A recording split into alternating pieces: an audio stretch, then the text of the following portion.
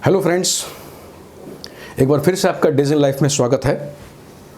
दोस्तों, आज हम बात करेंगे पोस्ट कोरोना इफेक्ट के। पोस्ट कोरोना लाइफ कैसी होगी, क्योंकि जैसी है वैसी तो नहीं होगी, बट कैसी होगी। तो जब हम पोस्ट कोरोना लाइफ के बारे में देखते हैं, सोचते हैं, सबसे पहले नज़र में क्या आता है? सोशल डिस्टेंसिंग, नया वर्ड है घुस गया। फिर क्या दिमाग में आता है? मास्क लगाना होगा, सैनिटाइजर का यूज़ करना होगा, पार्टी नहीं कर पाएंगे, सोशल गैदरिंग में प्रॉब्लम होगी, ऑनलाइन ज़्यादातर काम होंगे, ऑनलाइन लर्निंग होगी। बट ये सब जो चीज़ें हैं, मेरे विचार से ये सब बहुत थोड़े टाइम के लिए हैं। तो मुझे इन सब की चिंता नहीं है, मैं इन सब की बात नहीं करूँगा। हो सकता है आपको लगे मैं थोड़ा ऑप्टिमिस्टिक बात कर रहा हूँ, या मैं you can say I am over optimistic person. तो ऑप्टिमिस्टिक तो हूँ, होना भी चाहिए। मैं ज़्यादा हूँ कम वो ठीक नहीं, पता नहीं, लेकिन सच्चाई ये है, कुछ फैक्चुअल चीज़ें। आज के करीब एक हफ्ते 10 दिन पहले तक WHO में करीब 82 वैक्सीन मैन्युफैक्चरर ने अप्लाई किया हुआ है फॉर अप्रूवल। ये एक फैक्चुअल चीज़ है। करीब 10 डिफरेंट वैक्सीन मैन्युफैक्चरर ने वैक्सीन का ह्यूमन ट्रायल शुरू कर दिया है। एक दो ने ऑलरेडी वैक्सीन बनाना शुरू कर दिया है, इस उम्मीद में कि हमारा अप्रूवल हो जाएगा। तो आज के 6-8 महीने बाद की सिचुएशन सोचो, कितने वैक्सीन अवेलेबल होंगे। और उसके साथ साथ जो एक और इंपॉर्टेंट चीज़ होता है कोरोना केस में, एक हर्ड इम्यूनिटी हमारे अंदर डेवलप हो जाएगी। तो उसके बाद हमारी बॉडी अपने आप उससे फाइट करना शुरू कर देगी। तो मुझे उम्मीद है कि 6-8 महीने बाद ये जो हम जितनी चीज़ों की बात कर रहे हैं, सोशल डिस्टेंसिंग ऑल दोज, ये उतने इंपॉर्टेंट नहीं होंगे। लेकिन इसके अलावा और काफ़ी सारे चेंजेस हैं जो कंसिस्टेंटली हमारी लाइफ में हो रहे हैं, हम गौर नहीं दे रहे। लेकिन कोरोना ने आके उसको थोड़ा एक्सपोज किया, उन चीज़ों को पुश किया है, और वो चेंजेस और तेज़ी से होंगे। तो मैं आज आपको ऐसे 6 चेंजेस के बारे में बताऊंगा जो हो रहे हैं, और कोरोना के पॉइंट ऑफ व्यू से now they will speed up. तो आने वाले टाइम में ज़्यादा दिखाई देंगे। तो चेंज नंबर 1, जो हमारी इंडस्ट्रीज़ हैं वो ऑलरेडी आप देख रहे हो काफ़ी तकलीफ में है। पिछले दिनों में आपने देखा जेट एयरवेज का क्या सिचुएशन है, किंगफिशर का क्या हालत है, बंद हो गई। और काफ़ी सारी और कंपनियाँ हैं जो एट द बैंकरप्ट डिक्लेयर हो गई हैं या बंद हो गई हैं, मैं उनका नाम नहीं लेना चाहता। और उसके साथ साथ आप ये भी देख रहे हो कितने लोग हैं जो हमारे इंडस्ट्रियलिस्ट हैं। आजकल एक फैशन सा बन गया है कि यहाँ से जाके यूके में बैठ जाते हैं, क्योंकि यहाँ पे पुलिस ढूंढ रही होती है, यहाँ पे उनको इंटरपोल ढूंढ रहा है, बैंक उनके पीछे पड़े हुए हैं। बड़े कॉमन सा ट्रेंड हो गया पिछले कुछ सालों में। तो काफ़ी और इंडस्ट्रीज़ आने वाले टाइम में ट्रबल्स में होंगी। इवन जो मुझे ज़्यादा दिक्कत लगती है, जो एविएशन इंडस्ट्री है, जो पहले से ट्रबल में थी, उसको और तकलीफ होगी। हॉस्पिटलिटी इंडस्ट्री है, होटल्स वगैरह है, उनको और तकलीफ होगी।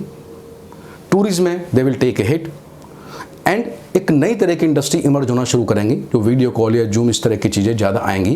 बट जो करंट इंडस्ट्रीज हैं उनको तकलीफ बढ़ेगी। चेंज नंबर 2, आज हम एक ग्लोबलाइज वर्ल्ड में रहते हैं। एक ग्लोबलाइज ट्रेडिंग है। एक देश में कोई चीज़ बनती है, दूसरे से बिकती है, और तीसरे में बिकती है। एक से बिकती है और एक में बिकती है। कोई बना एक्स देश में, उसको बेच रहा है बैठ के वाई देश में, और जेड देश में उसको खरीद रहा है।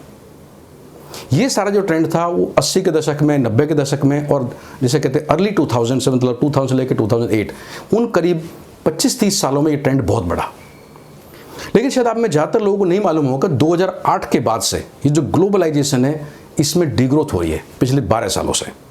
जो करीब 65% तक चला गया था, वो घट के ऑलरेडी 52-53% तक आ गया है, और यहाँ से आगे ये और घटेगा। तो इसके इंपैक्ट क्या होंगे? जो हम एक चीज़ बात कर रहे थे, NRI कंसेप्ट, उसमें रिडक्शन होगा।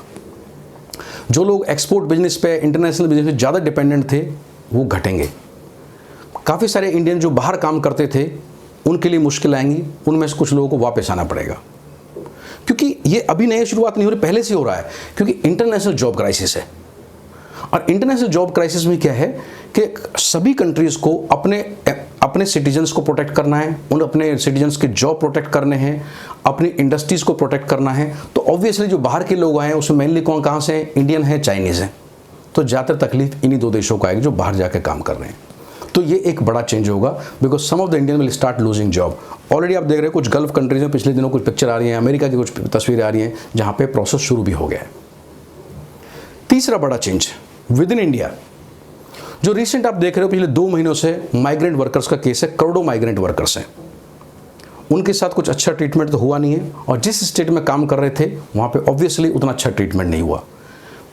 कई वर्कर ऐसे हैं, कई 100 वर्कर ऐसे हैं जो पैदल चल के सैकड़ों किलोमीटर, हज़ारों किलोमीटर गए हैं। कई लोग साइकिल से ट्रेवल किया है, कुछ की गवर्नमेंट ने हेल्प की है। और पिछले दिनों जो औरंगाबाद वाला एपिसोड है जिसमें 16 लोग रेल की पटरी पर सोते सोते मर गए, तो ये बड़ी घटनाएं हैं। तो इसके चलते क्या होगा, और जो एक चीज़ एक्चुअल हो चुकी है, कुछ दिनों पहले ही 3 सरकारें ऐसी हैं, उत्तर प्रदेश, मध्य प्रदेश और गुजरात, इन 3 सरकारों ने अपने इंडस्ट्रियल एक्ट में बदलाव किए हैं, या और प्रिसाइजली बोलें तो अपने इंडस्ट्रीज रिलेटेड 35 कानून निरस्त कर दिए हैं अगले 3 साल के लिए, जिससे ज़्यादा से ज़्यादा इंडस्ट्री इनके प्रदेश में आए और यहाँ के जो वर्कर्स हैं इनको बाहर जाना ना पड़े। तो एक रेस स्टेट्स के बीच में चलेगी। इसके अलावा एक काम क्या हो रहा है, अलग अलग स्टेट पिछले कुछ सालों से कोशिश कर रहे हैं स्टेट डोमिसाइल की। प्राइवेट सेक्टर में उनको लगता है कि 50%, 70%, 80% जॉब जो है प्राइवेट सेक्टर में स्टेट के लोगों को मिले। गवर्नमेंट में ऑलरेडी डोमिसाइल कई जगह कंसेप्ट में है, एजुकेशन इंस्टीट्यूशंस में है, कुछ हद तक यहाँ तक है कि स्टेट ऑफ आंध्र प्रदेश और तेलंगाना में मेडिकल सीट्स में 100% रिजर्वेशन है स्टेट डोमिसाइल के लिए। तो ये जो कंसेप्ट है लोकल स्टेट वाइज ये बढ़ेगा। लैंग्वेज के बेस पे डिवाइड है, या लोकल हम किसको जो बड़ा मानते हैं उसके बेस पे डिवाइड है, वो बढ़ेगा। तो सवाल यही नहीं रह जाएगा आप किस देश के हो, सवाल ये भी होगा आप किस प्रदेश के हो। ये कंसेप्ट बढ़ेगा। We should be ready for this. चौथा चीज़, जो हम टेक्नोलॉजी के लिए या कल्चरल सिस्टम के लिए वेस्ट की तरफ देखते थे या अमेरिका की तरफ देखते थे, अब इस कोरोना सिस्टम में क्या हुआ है, वेस्ट या यूरोप है उनको एक्सपोज कर दिया है। वो किस तरह कोरोना को हैंडल कर पाए हैं ये सबके सामने है अभी। तो आने वाले टाइम में हमें एक तो सोचना पड़ेगा हम कितने कितने सेल्फ डिपेंडेंट हो सकते हैं, या हमें दूसरे जो टेक्नोलॉजिकली एडवांस कंट्रीज़ हैं जैसे जापान है, इजराइल है, उनकी तरफ देखना पड़ेगा। So overall we can say एक नया वर्ल्ड ऑर्डर इमर्ज होगा। इसमें मेड इन चाइना की भी तकलीफ होने वाली है, क्योंकि ब्रांड एज ए चाइना भी की भी काफ़ी पिटाई इस प्रोसेस में हुई है, एक उनका क्रेडिबिलिटी काफ़ी लॉस हुआ है। तो एक नया वर्ल्ड ऑर्डर होगा, इन नए इंडस्ट्रियल जो कंट्रीज डेवलप होंगे, नए टेक्नोलॉजिकल हब डेवलप होंगे, जो पुराना सिस्टम है उसमें थोड़ा बदलाव आएगा। मैं नहीं कहता सारा बदल जाएगा, बट बदलेगा अच्छा खासा।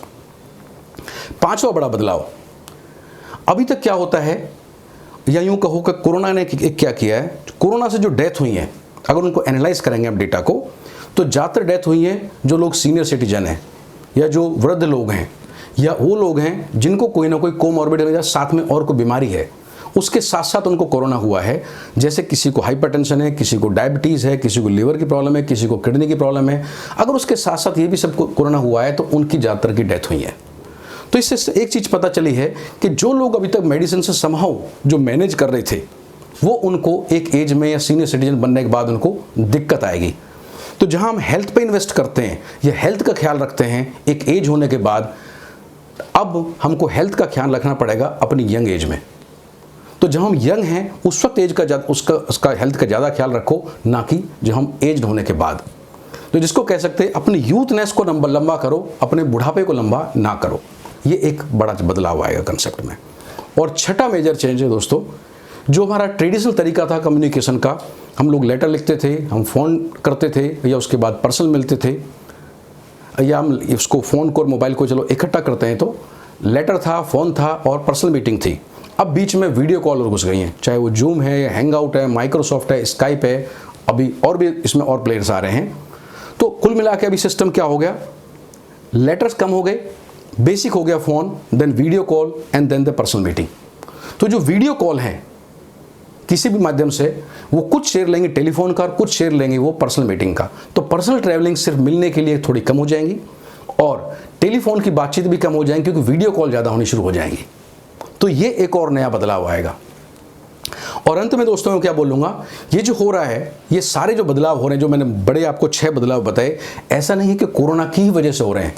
ये चेंज ऑलरेडी हो रहे थे धीरे धीरे, लेकिन हम उन चीज़ों को कई बार एक्सेप्ट नहीं करते, कई बार उसको मानते नहीं ऐसा हो रहा है। तो इसको कह सकते हैं कुछ चीज़ें जो अभी तक अंडर द कारपेट थी, वो अब अबाउट द कारपेट आ गई हैं। चेंजेस कंटिन्यूस हो रहे थे, कंटिन्यूस और भी होते रहेंगे।